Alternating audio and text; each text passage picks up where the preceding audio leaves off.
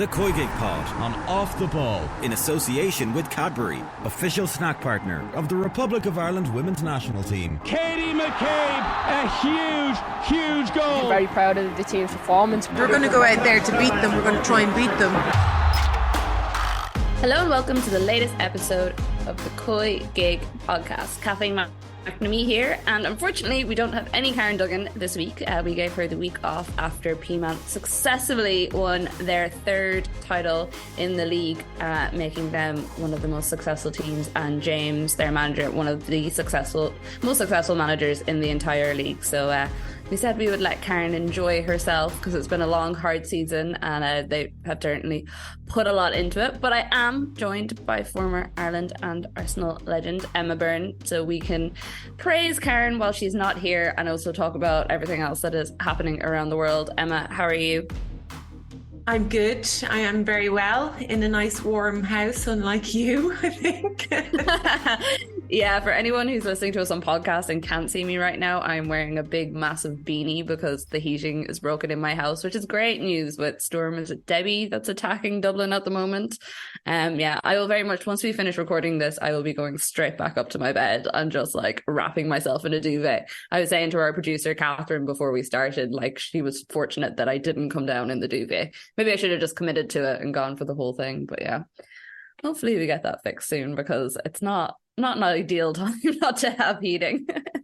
No, I just say I'm roasting, and I'm also sitting beside the radiator for anybody who can't see me. So extra hot. I'm going to be like sweating buckets here, the opposite of Kathleen. Yeah, you just like rubbing it in for me, Emma. So as I said, we don't have Karen this week, but we should pay tribute to her because she has put in the slog this season. And I don't know if you saw some of the photos of her celebrating and stuff afterwards, just on the pitch with all the other Peamount ones, but they looked so delighted with themselves, and rightly they should, because everyone had written them off at the start of the season. They came in, won it with a couple of games to spare. I did text her on Saturday and kind of say, you didn't have to hammer Sligo Rovers and hurt my heart in that way. You could have just like... Wait a minute. Why are we giving her the evening off again? Because she had a lot of fun celebrating, and she wanted to continue the celebrations into the Monday Club. Oh, really? I want to know who signed off on that, because I certainly wouldn't have agreed to that. Work hard and you play hard, as Roy Keane says. Get yourself on this podcast, Karen. I'm sure she will definitely be listening first thing tomorrow morning when we drop on Tuesday, and she will be absolutely sending us messages, apologising massively. But yeah, no, it is a big deal to win a league and to do it in the fashion that they did. Obviously, you have experience of it in different situations. What's it like when you get to like that end of the season and you can kind of take a breath, I suppose? Yeah, it's just such a relief. Because throughout the season, you're like literally so well behaved. You're missing so much stuff going on, whether it's like birthday parties, communions, Christmas. You always miss the parties during the year. Very selfish people have them during the football season. And then when it's the end, you can let your hair down a little bit, and that release is massive, I have to say. Yeah, especially like the way Peamount won the league. They weren't expecting to. It was kind of a little bit of a situation, the way players had left, and everybody was expecting them to just fall apart. Then, of course, they went and won the league. That would be the equivalent of us at Arsenal winning the Champions League that time.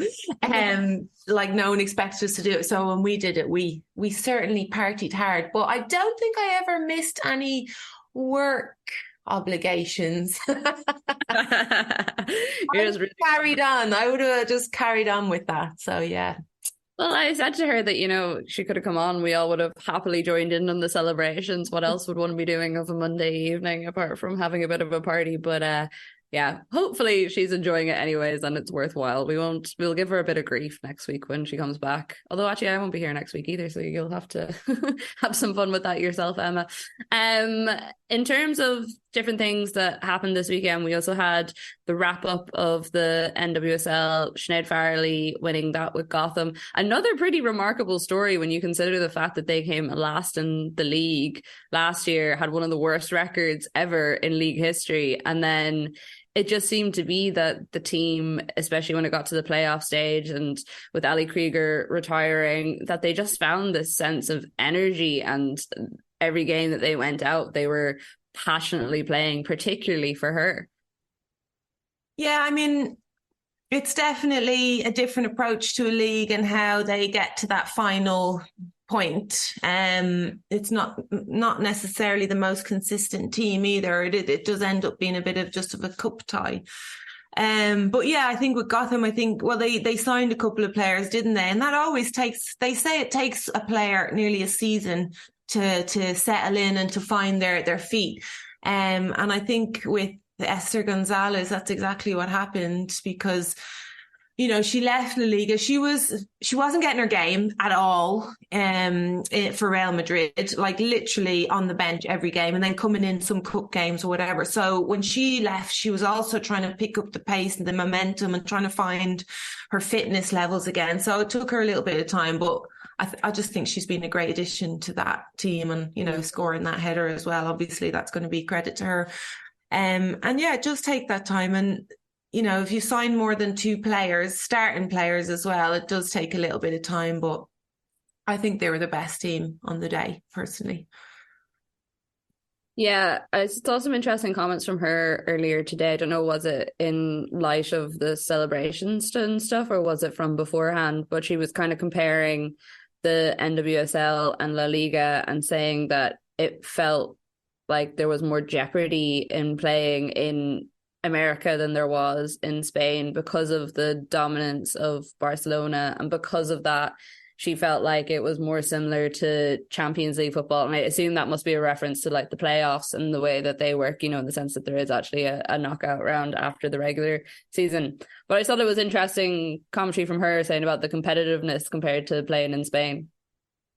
Yeah, I mean, the league in Spain is not very competitive, unfortunately. And for a country that holds the World Cup and the Champions League and the best players in the world, they all happen to be playing for the same team, though. So obviously it's not going to be that competitive.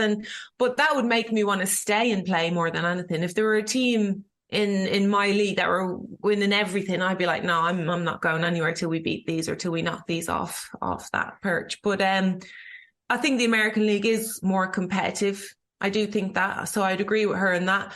But there's no league like the WSL. The WSL is the best league in the world. So if you're talking about competitiveness, playing at the best level, then you should be looking at playing in the WSL. Definitely. And I mean, we saw it at the weekend. There were some really interesting games, some big score lines, which we haven't seen a massive amount this season, but definitely some interesting games in there too. I know neither of us probably want to acknowledge that it's happening, but the Champions League group stages are coming back. Who is your tip to do something interesting in this Champions League season, considering the fact that we are going into it without the likes of Arsenal and Wolfsburg? And that's not me going full Jonas Eideveld on it and saying that, or Mark Skinner, and saying that, there was a divine right to be there. Well, it's very strange for me. There's certainly a little bit less interest for me now that Arsenal are out of it, I have to say.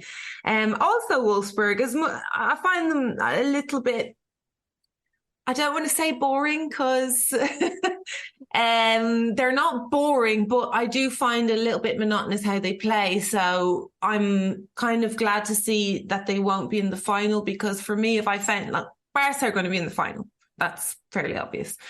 And I want them to play a different team than Wolfsburg, because I don't want to see that final again. And I want to see two teams going for it.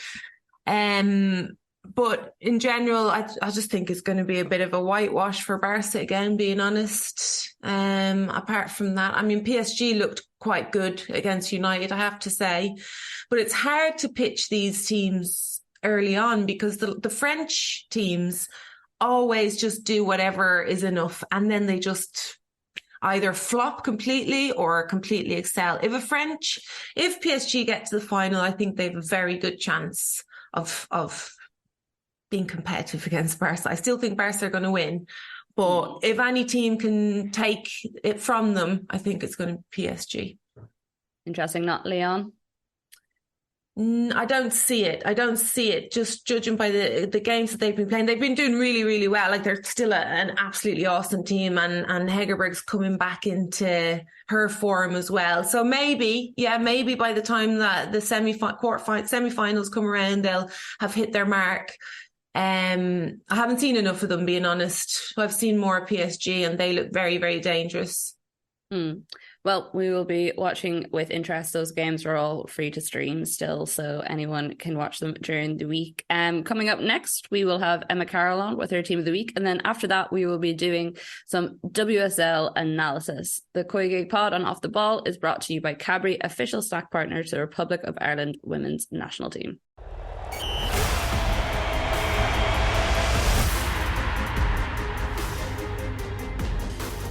Now we are joined by Emma Carroll, who has very kindly brought us another edition of her Team of the Week. Emma, how did you find it this week? I was saying at the start of the show that there was a few kind of bigger results that maybe we've seen in other weeks.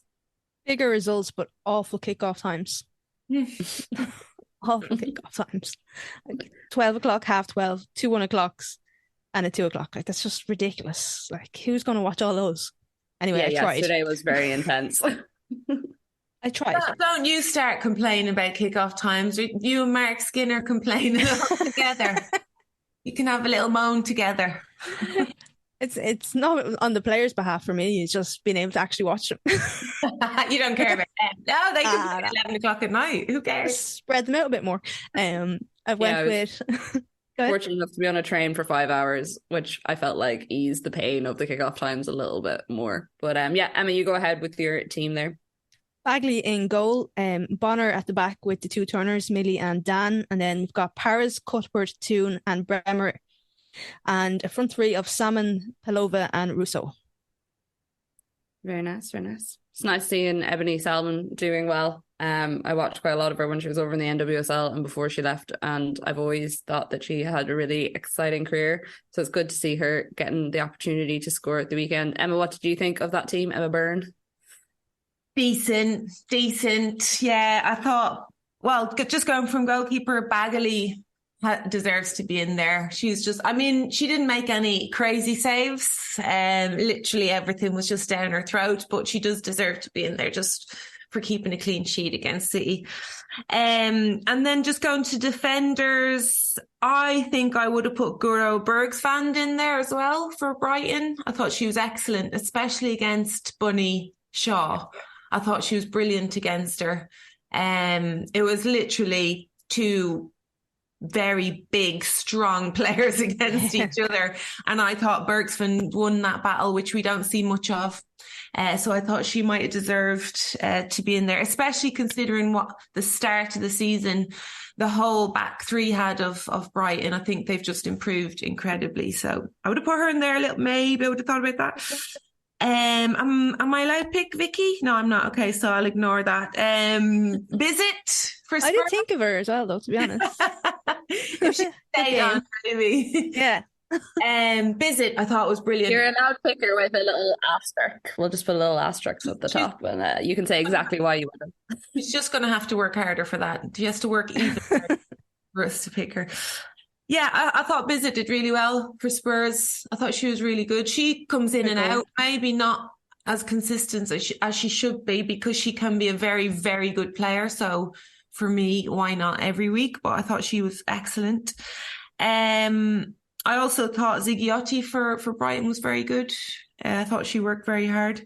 But Pelova, for me, was star of the show this week. I thought she was absolutely excellent, absolutely brilliant. And standout player for me. For somebody who I don't think has been a standout player, I thought she definitely stood out yesterday. She created everything, because that first half, Arsenal were just terrible, and I was like, how, like, to be missing Little and Walty, like, God, just you could see that they were clearly missing them. But whatever happened at half time, Pelova just came out and she just created so much. I think, did they have 20 attempts on goal or something in the end? Something crazy crazy in the end. And I think most of them went through her. So I think she just created everything. It was really good to see. Yeah, she was brilliant. She was excellent. First half and second half particularly, yeah. 24 shots, 12 on target for Arsenal. That's over the course of the full game. So, yeah, you can see even the Arsenal fans last night were very much picking Palova out as their number one player of the match. I feel like before she came, I'd seen more glimpses of what she's capable of. And I think we saw a bit more of that yesterday in the game. And it'd be great if that became more consistent, because I think she does offer something really interesting for Arsenal. Yeah, I mean, I've seen her play more in more wide areas with the Dutch team, and she's been really good, but just kind of a good player in a good team, like not the standout like Lieke Martens. But I think when she plays in that central area, that attacking midfield area, it's where she should be playing, really. And I also think she had a lot of space in there. That was, she came into the game. There was so much space in there for her to exploit. So I'm not saying we're going to see that performance from her again against a different team. But the thing is, once you put a player for player, if you're playing against players that can beat you in a 1v1, which Palova was doing all the time, it's going to be very difficult to recover. So yeah, it just was a game that really suited her. Standout player. Was there anyone, Emma Carroll, that you felt like you were upset about leaving out, or that you found particularly difficult to leave out? Bizet was probably, who we've already spoke about, was probably the other person on my list, really, to be honest. I thought Mary Fowler was okay as well. She's really starting to come into herself this season, getting more regular game time, which is good to see as well. She's such a good player. She's got some of the best turns and touches in the game. Like to see her a bit more aggressive. She's nearly too sharing with the ball. I'd like to see her stay on it a little bit more and be a little bit more creative. Good player, though. That's something that came up a lot with the Australian journalists during the World Cup. I think it was in the warm-up game initially, and then in a couple of other games, they were a little bit frustrated that she wasn't kind of, as you say, being a bit more aggressive, a bit more possessive of the ball, a bit more selfish on it, was kind of happier to pass it off. And I don't know, sometimes it felt like watching her that it was as much being a younger player and having the confidence to go, because like we've talked about it before on the podcast so many times about how she wasn't really getting that game time in her club. So to come in, it's going to take, I suppose, a little bit of a while to develop that sort of talent and that side of things. Yeah, absolutely. And it does depend on personalities as well. And she is quite a laid back person. Don't get me wrong, she's very motivated to succeed, but she'd still be like, oh, I'm young, I'm still learning. Whereas the English league will knock that out of her. So you can see her improving already, but that will, her aggressiveness will change a little bit in the English league, because she's going to come up against the likes of Katie McCabe and, aggressive players that are going to try and put her off her game, let's just say. So, yeah, I think this time next year, I think she's going to be one of the best players in the league. Definitely. Oh, easily. Like, she has all the qualities to really succeed. And especially if she does get that more regular game time, because I feel like she is the sort of character that needs that regular game time to get into her flow. Emma, in terms of all the performances that you saw over the weekend, and just in terms of the general clubs, who was it that impressed you the most?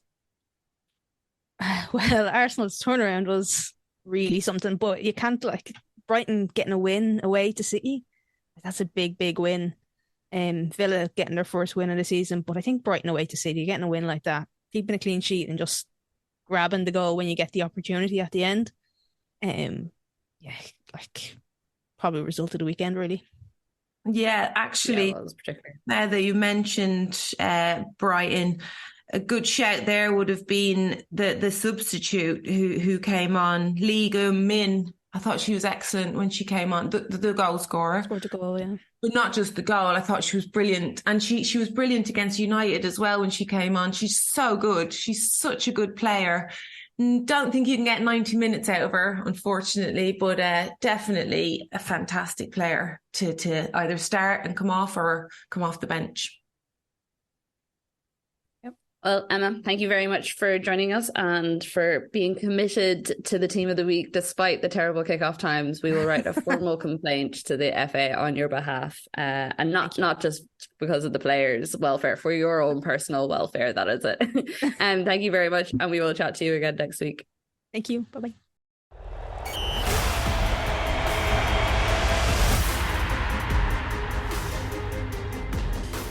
Now we will turn our attention to the games as a whole, and I think it's a good place to start. We kind of finished up a little bit with it there. Brighton and Manchester City, absolutely massive upset there. Manchester City losing 1-0, as we said. Lee Gunman, the scorer, she came on as a substitute. I think it's the first time that Brighton have ever managed a win against City. I think they've had draws in the past, but never actually a win. What was it that Brighton got so right against this relatively informed City team? There was a lot of luck to do with it, but I think what Brighton have done, they have kind of reformed themselves a little bit. They're very focused on their defensive shape, and I think they now realise that they are going to be defending for a lot of the time. So Melissa Phillips initially wanted to play out from the back and keep a possession style team, but then there's some times where you just have to think about getting results, and I think that's what Phillips has done. She's just thought, okay, we need to get better in defence. Perhaps we can catch teams on the counter, but we have to think about gaps and closing those gaps, and we still want to press high, but we want to be very, very compact.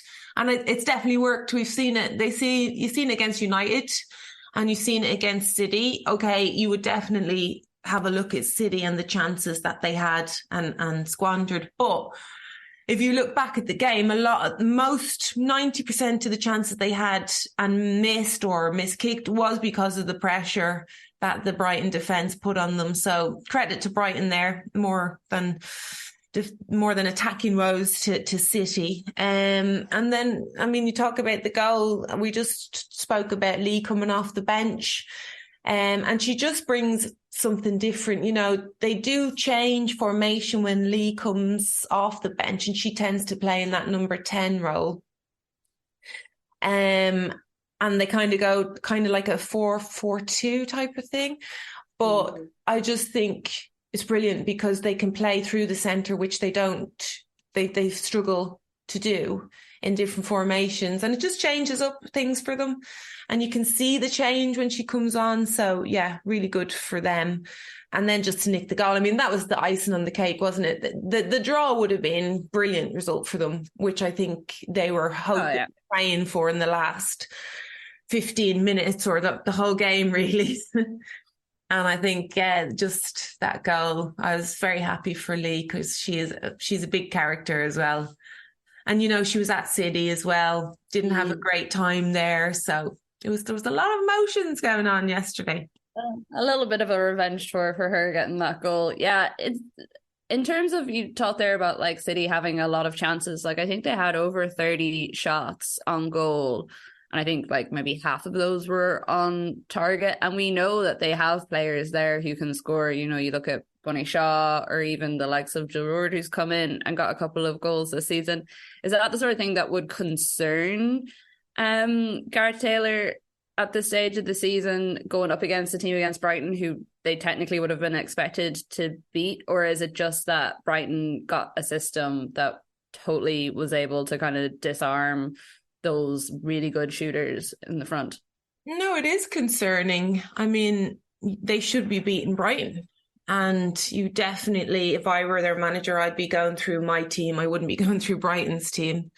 And but I don't understand why he didn't change Bunny Shaw's movements. Right from the beginning, she was dropping in. And I know she tends to do that sometimes, but she was doing it all the time, and it wasn't working because Guro was following her in, and she was winning those battles. Bunny Shaw couldn't turn. She might have been able to lay off, but she wasn't able to get in the box after those layoffs. So it was working. So after 10, 15 minutes, if that's happened 7, 8 times, I'm going to tell her, okay, stop that. You're staying up and stay high. I don't want you dropping in at all. And then that will allow the likes of Roar to have that space in there. And you're just basically telling your wingers, get the ball in the box for Bunny, because it was a game for it in the end. He took her off, and then there were so many balls getting fired into the box, but there was nobody there. Can you imagine having Bunny Shaw in those areas at those moments? Like, it was a very strange thing for me to see her, number one, still dropping in deep, and number two, coming off. I was like, okay, that's a strange thing. And actually, you could nearly see the relief in the defense, in Brighton's defense, when she was taken off, because she's a complete handful.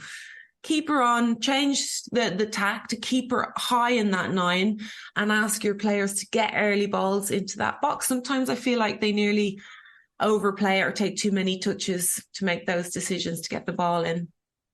Well, how many times have we heard players say this season that, like, not only does she score a lot, she's just impossible to, like, keep track of, and she's awful to play against, and she has that physicality, the speed, the technical ability, like everything that she needs. So yeah, I was really surprised at that decision from Gareth Taylor, and I kind of thought that he would have, I don't know, he swapped his team around so much over the years that I would have felt at this stage he'd have a better grasp and handling of what he needs to do tactically in game to get a win against a team like Brighton, because, you know, these games do matter massively in the fact that it's such a short season. I mean, we're 6 games in already, but like, it's only a 22 game season.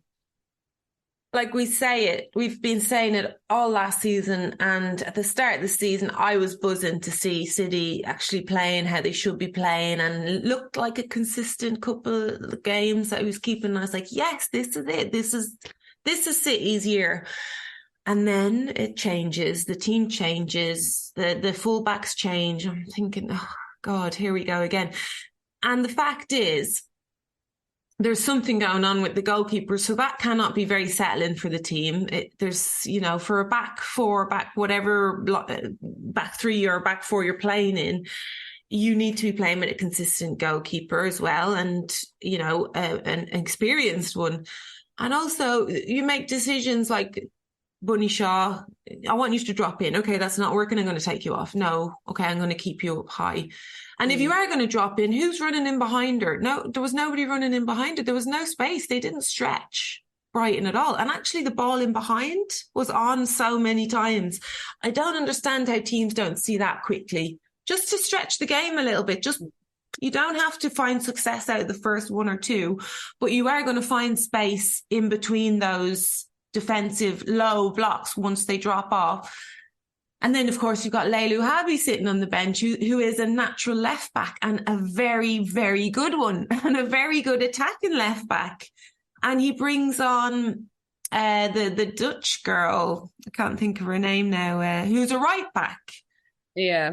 So it's a strange one. Strange ones. There's some decisions going on there that is a bit strange, and you're not winning, so of course they're going to be scrutinised. It was Cadbury, wasn't it, that he brought on? Cadbury, yeah. Cadbury. Yeah. Well, once again, the history of Gareth Taylor continues. I'm still slightly surprised that he is at the club, not because of this season, but just because of previous seasons and how we keep seeing the same patterns. But great win for Brighton. I'm sure there was a very happy household over with you over that one. In terms of other results that were just a bit chaotic, if you'd seen, you know, Arsenal 6, Leicester 2 as a full-time score, you'd be like, okay, yeah, not great that Arsenal conceded 2 goals, but standard enough affair. But with the way Arsenal started, that first half, conceding the 2 goals, coming back into it, Palova having the game that she did, Katie starting on the right, like, it was just, there was a lot happening. It was a really, really poor first half performance from Arsenal, and it hurts me to see this, because they've such good players and you just don't want to see it. But, you know, again, some strange positioning going on there. I find it a little bit strange. And, you know, these teams get away with it, and they could get away with it. They can get away with it all season. They can. And I always said it about Barca, working with Barca, they just play week in, week out. They can be winning 5-6-0. And I'm thinking when they go to Champions League, it's going to be different. It's going to be different because they're going to get found out in those weak spots. And then they improve those weak spots. So there's literally nowhere to get at them. But Arsenal do have weak spots, and you can see how teams exploit them. So, yeah, with Arsenal, we haven't really got to the point where we know what that starting team is. Do you think that part of that is because of the injuries that they've had, in particular around that midfield and defensive area? But like stuff like Leah Williamson, like we've known going into the season that injury is going to be there. Do you think that in some ways that has panicked Idabel a little bit and he doesn't know what to do now? And I know we've talked before about just general in-game management from him and the decisions that he makes. It's always an interesting one to watch because there's not a whole lot of consistency there. No, I do think it is injury driven. Like there's even the back line, you've got Jen Beattie coming in, starting, then getting injured. Of course, Leah's been out, so obviously she could go in there or central midfield. Of course, it's going to dictate. Kathleen was injured for a while. But it does surprise me, some of the decisions he makes. And of course, it's going to get even worse for him, or better, depends on how you want to look at it. But Viviana Meadham is back. Beth Mead is back. Like at the moment, they're on the bench, but soon they'll be like, okay, I've come on now for after 5 games. It's time for me to start. And it's going to be a big problem for him dropping some players and trying to get those players in, because they're not going to be happy sitting on the bench. No way. And if they don't tie up, especially Meadham, if she doesn't tie up the contract situation before January, February, we might see her on the bench for the rest of the season, because he's not going to play her if she doesn't want to stay either. So Arsenal's definitely going to be a very interesting one. I would love to know what his top 11 would be without injuries. I'd love to know that. Yeah, it would be very interesting, because we kind of had similar conversations at the start of last season, like before the injuries to the likes of, Beth Mead, Viv Media, Kim Little towards the end, where a lot of the teams he was putting out, he was forced into being put out. But there was obviously the whole discussion around like Frida Manum, where does she play? Blackstenius, where does she play? And he hasn't really had to answer those because of the injuries. But as you say, players are coming back into the team now. So we will be able to see a little bit more. And they don't have the excuse of Champions League football to say that there is any distractions for them. In terms of some of the other games, we had a couple of questions come in from our listeners. So Mark Coates was wondering why Izzy Atkinson isn't getting on earlier in West Ham's games. That is a very good question, because I think she does really well when she comes on. You're going to have to ask Rianne Skinner that question. I will. I'll ask her when I see her next.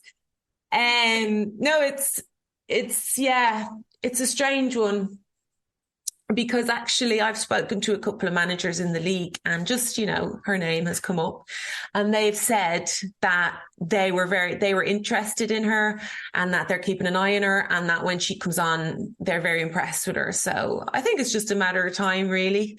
I think after a game like that at the weekend for West Ham, losing 5-0, it's a great opportunity for them to put on the likes of Izzy, and Jessu is back also, so it'd be great to see her get more game time. But yeah, I think it's time for her now, and she should be knocking on the manager's door. Yeah, definitely.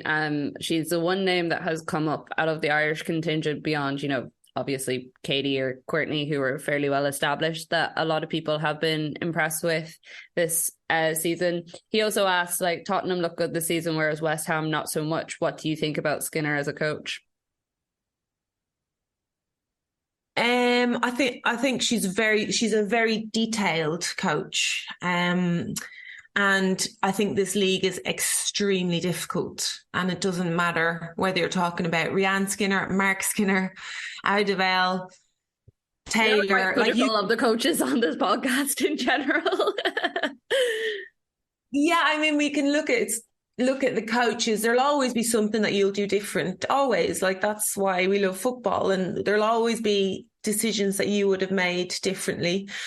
And I think it's an extremely difficult league, and one that if you stay up, if you're the likes of West Ham, if you're the likes of Aston Villa, I think you're doing well just to stay up, to be quite honest, because it's gone. Even from last season, it's changed. Like, no team is going to give you an easy game. There is no definite 3 points from anyone.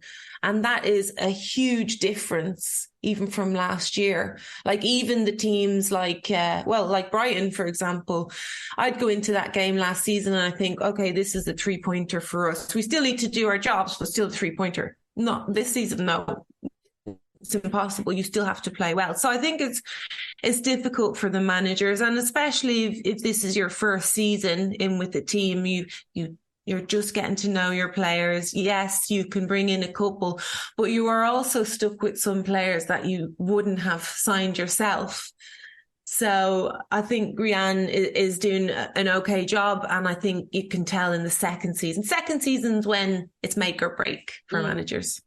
Yeah, because you have time to settle with the squad, and you've also had the opportunity to have a transfer window or two, depending on when you come in, and, you know, get the sort of players that you want, or at least start getting the players that you want and building the system that you want. Hopefully, as I said, that we will see a bit more of Izzy Atkinson in the club jersey, because obviously it only benefits her when she comes back to Ireland and plays for us. And Jessie Stapleton there as well. It'd be nice to see her get some game time, but it's difficult because they are obviously all still quite young as well going into that squad. And we also had a question in from Maria, just witnessed history. I assume that's something to do with the World Cup, because her profile picture is of Katie, I think, or is it Carusa? Overall thoughts on Brosnan's performance versus Chelsea? I think she did well. There's absolutely nothing she could have done about the 2 goals or the 3 goals. I don't think she could have done much about it. Also, a keeper that is finding confidence, because, you know, she was not a starting keeper. So she still needs to find that. We still have to see the best from Courtney. I don't think she could have done anything about the goals. I think she did absolutely fine. Unlike the last game against United, for example, we could have spoken about a couple of those goals, but no, Chelsea were just, you know, they just hit their form, and I thought Sam Kerr was absolutely excellent as well. So no faults for Courtney this time, and again a goalkeeper that needs confidence and is absolutely excellent. I've seen her train now, and I've seen how she is. And she's a fantastic keeper. Well, we've been big fans of her on the podcast for a long time at this stage. And also always just someone who's very nice to talk to, such a genuine person. I love when I chatted to her during the World Cup, and I was like, what do you do, you know, on the day of a match? What are you doing? And she's like, I just like to go have a coffee and read my book and, you know, just chill out and kind of get my head in the right place. And I was like, here, you sound like my kind of gal. I feel like we would get along very well. And you did mention about the Conti Cup fixtures that were on last week there briefly, and obviously Everton lost 7-0 to United on Thursday. It was the comments from Brian Sorensen afterwards were kind of interesting, because he was saying that, you know, they don't have the players, so they have to rest some players. And we saw that, like, Heather Payne obviously didn't start that match. She did come on. Courtney didn't start that match. It was Emily Ramsey instead. But I understand it with the outfield players. But if you do have a goalkeeper and you are trying to build up their confidence and their minutes, is playing those sort of games not important as well?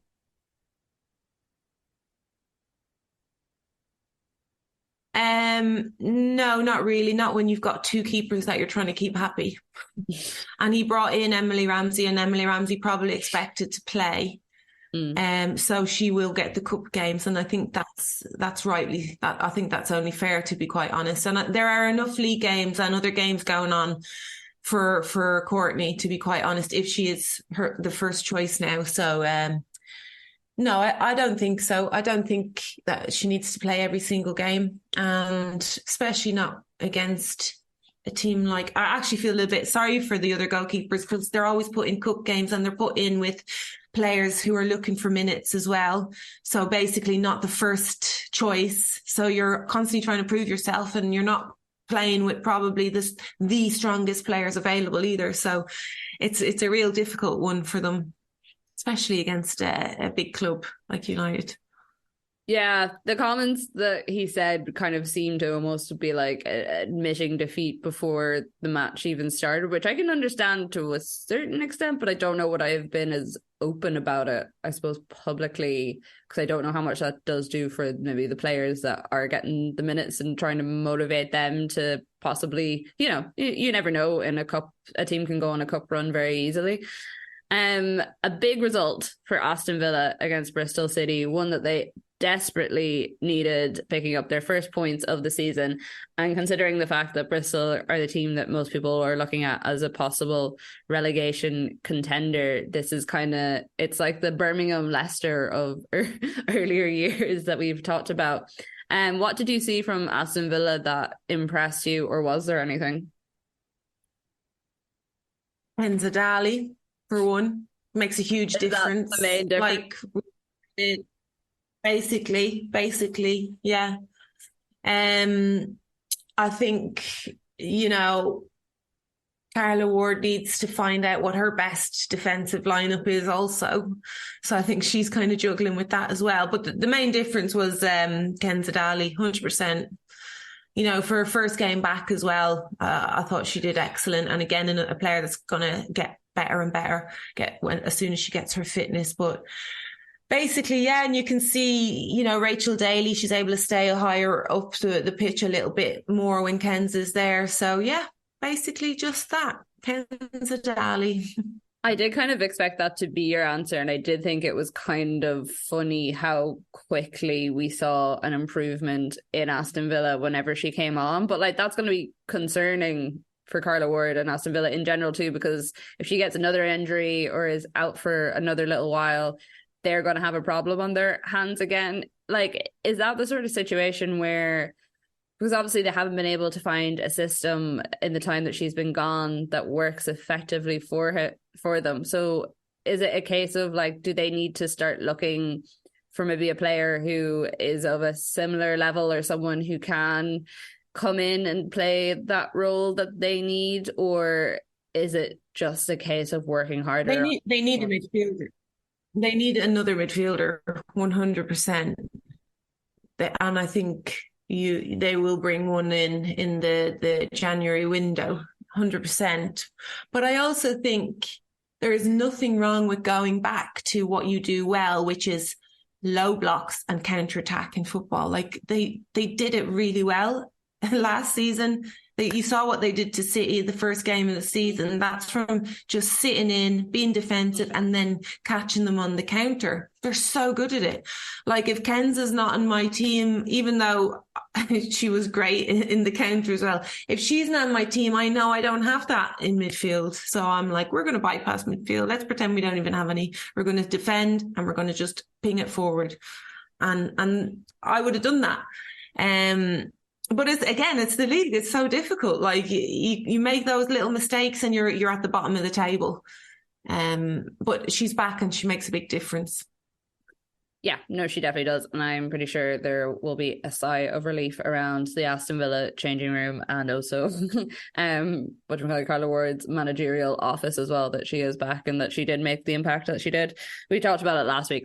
Carla Ward did seem to massively have the support of both the fans and the team, even though it was a rough period. But you always are not unsure how long that is going to last. It can change very quickly. Kind of seen it in the men's game the last week with Spurs and Postecoglou. He was God's gift to man, and now all of a sudden everyone's like, oh, he's a fraud. And then one of the only other games that we haven't really touched on at all was Tottenham Liverpool. So that was a 1-1 draw. It was a relatively, it wasn't sort of game where you're there's anything exceptional that came out of this or anything major, I thought, but I don't know, did you pick up anything interesting?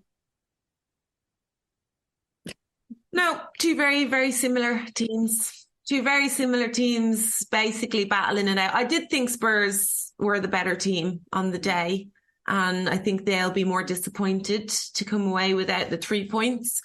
But in general, I think they're very, very similar standard, what I mean. And I thought Sophie Hogg was very good. Mm-hmm. I thought Van der Santen? Is that her name? Van der Sanden. Shanice. Van der Sanden. I'm thinking of Liz Anderson. Shanice. I thought she was good when she came on. Another player that they missed when she's not fit, which she hasn't been fit for a good while. I think Liverpool have more holes in their team that you could have a go at than Spurs. That's why I think Spurs probably deserve more. And I think Spurs will kick on. And obviously they're missing a very, very important player in their striker. Mm. So I think when Bethany England comes back into that frame, they're going to be a different team. And I think that return fixture is going to be a different story. Yeah, definitely. She made her debut on Sky at the weekend, so it was interesting hearing her analysing things. I always like that with the WSL, where and they're kind of doing it on the men's side with like some of the managers, not so much the players, but when you get current players on who are injured, talking about either their team or the teams that they're going up against. Because obviously they're getting very up-to-date information about all their opponents all the time, or they're playing alongside them in national teams. So I think it really does add to the coverage. Well, that is all the games that we had over the weekend. Big one coming up on Sunday is the Manchester derby. And then you also have the Emma Byrne derby with Brighton playing Arsenal. So have fun with that one next Sunday. That's at 2:00. But Emma, as always, thank you for joining me and assessing this. And hopefully wherever Karen is, she enjoyed a break from us for one evening. Hope she has holy hangover from hell, Karen. The terror is descending. If you want to get in touch with us, you can get us on Twitter at the COYGIG Pod. As you heard earlier in the podcast, we love getting your questions in, and I will always read them out to Emma and Karen so we can get their opinions. So please do keep them coming into us. Special thanks to Emma Carroll as well for her team of the week, and we will see you all again next week. The COYGIG Pod On Off the Ball. in association with Cadbury, official snack partner of the Republic of Ireland women's national team.